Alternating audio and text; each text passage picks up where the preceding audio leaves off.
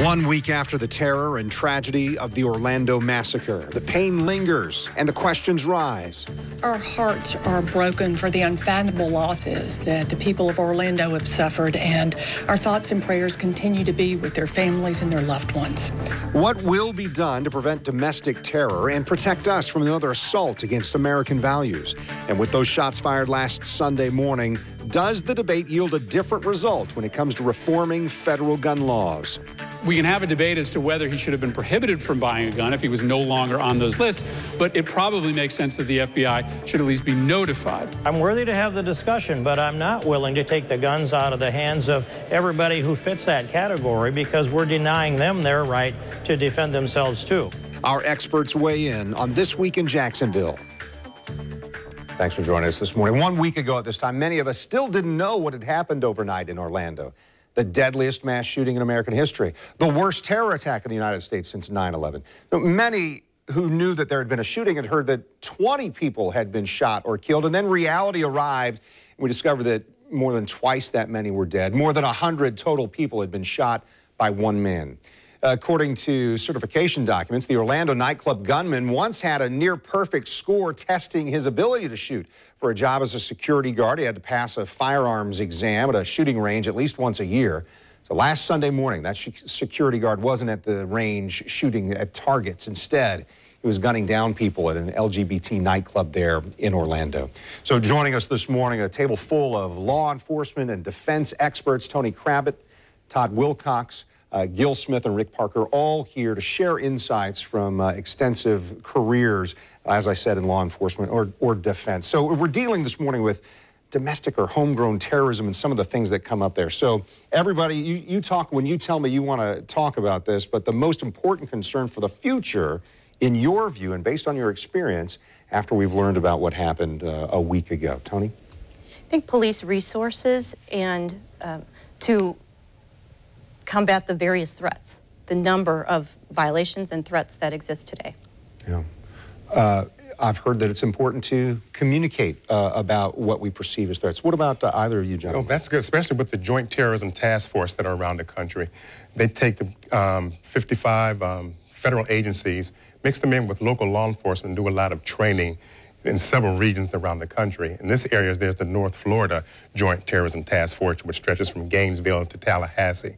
And all these police departments get together, where JSO is the lead agency in that region, pull their talents and resources together to investigate possible terrorist activity and train other agencies in doing the same thing. Yeah, Todd, that's part of your experience with CIA and Joint Terrorism Task Force. Right.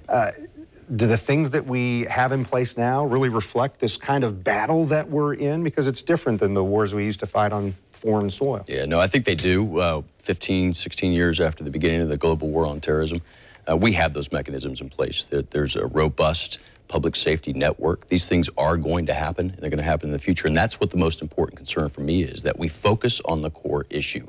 The core issue is Islamic terrorism. This was an attack on American soil. The single largest attack in America by the hands of terrorists since 9/11.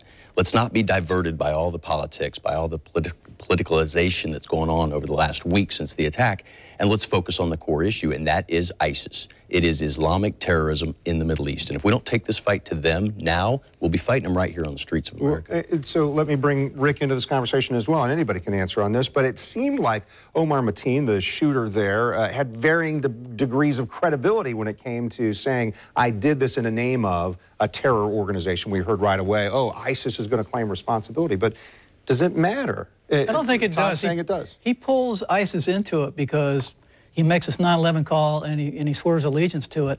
You can take a look at a mass murder, the criminal aspect of its side. I'd like to see concrete steps beyond a forever, never-ending debate about gun control, a never-ending debate about are we going to have, what concrete plans are initiated in terms of the global war on terror. What exactly are we doing? I've yet, in the last several years, to hear an actual plan about what we're doing in Syria, Iraq, Afghanistan.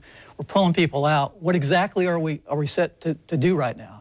We're creating new categories with Mateen. You can't really pigeonhole him into one specific category, because on these 9/11 phone calls, he draws inspiration from a variety of different situations in his own personal context. there's a lot of work to be done in this situation. We don't need to get pigeonholed, and to your point, these old arguments about is it an LGBT argument, is it a global war on terrorism argument, what is it? It's a perpetual, never-ending argument, never gets, I'd love to see concrete plans actually initiated and put into place. Well, the problem is, though, this underscores a lack of national security strategy and a failed foreign policy across the board. This should be a war on terrorism. This disengaged foreign policy and this failed national security strategy that we're pursuing with ISIS is not keeping us safe. Yes, they are losing ground, but just days after the attack, the CIA director explicitly stated that their capabilities are not being degraded. They're not the JV team. They're not being contained. They're projecting power. Brought an airliner down in the Sinai, a Russian airliner. They attacked Paris in a very sophisticated way. Brussels, weekly attacks in Baghdad and Beirut, and now on American soil. We've got to re-engage in this war. We should use every pillar of American power to take this fight to the enemy. Diplomacy, military, cyber, economic. Use everything we have. And at the core issue is Islamic Reformation. We saw it in Catholicism. If we don't see Islamic Reformation and modernity to the Middle East, we'll never go to the core issue that's causing terrorism. Well, I think one of the confusing things for some of us is we talk about this war on terrorism, but our Navy or Army or Special Forces isn't going to attack somebody here on our soil. It's got to be some of our federal or local law enforcement engaging as well, right, Tony? And that's my point is, who do we already have here? This inspiration has been going on for years, prior to 9/11 and then certainly after 9/11. And I think, they've made it very clear, go out and do. You only have to do one. You can do it by yourself. It doesn't have to be big. Go out and do it. That's scary. And now we do. This is the homegrown terrorism that we've been talking about. The directors, have been talking about for years. It's here, and it's going to be real uncomfortable. And that's my point with the resources to address that. We have got to have resources. We are integrated, as you said, and the JTTFs. But those resources are limited. That still, was when I left the FBI, was about 21% of the workforce dedicated to counterterrorism, because there are still over 200 criminal violations that the FBI is responsible for. Yeah. That's a tremendous, tremendous responsibility. Yeah. But the one thing you can say about counterterrorism and the FBI is that so many attacks have been stopped. You look at the Portland 7, the Lackawanna 6. We certainly don't hear about those in as robust terms as we do exactly, when we have because the attacks did not actually happen. It's sort of like looking at a big sifter. So many things are caught in the top and very few slip through the bottom. You're always going to have a few that are going to slip through the bottom, and those garner the most attention. But I think they do a tremendous job, I'm sure we'd agree, with stopping a lot of potential attacks. Well, they only have to be right once. Exactly. We have to be right every single time. We've come a long way. I spent 9 years in the Army Special Forces as a Green Beret, another 9 years in the CIA. My last job was in the Joint Terrorism Task Force just after 9/11, around 2003.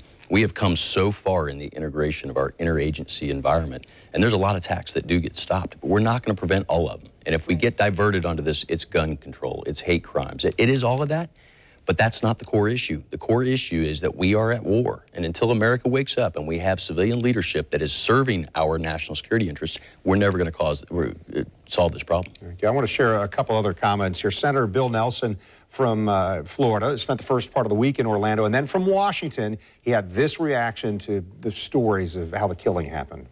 One of the bathrooms, we've already heard testimony from some of the fortunate people that got out alive, that he would spare them in the bathroom, and yet in others where there were a score or more inside a bathroom stall, he would take his weapon and put over the stall and just start shooting them. This is just unbelievable. It's an animal.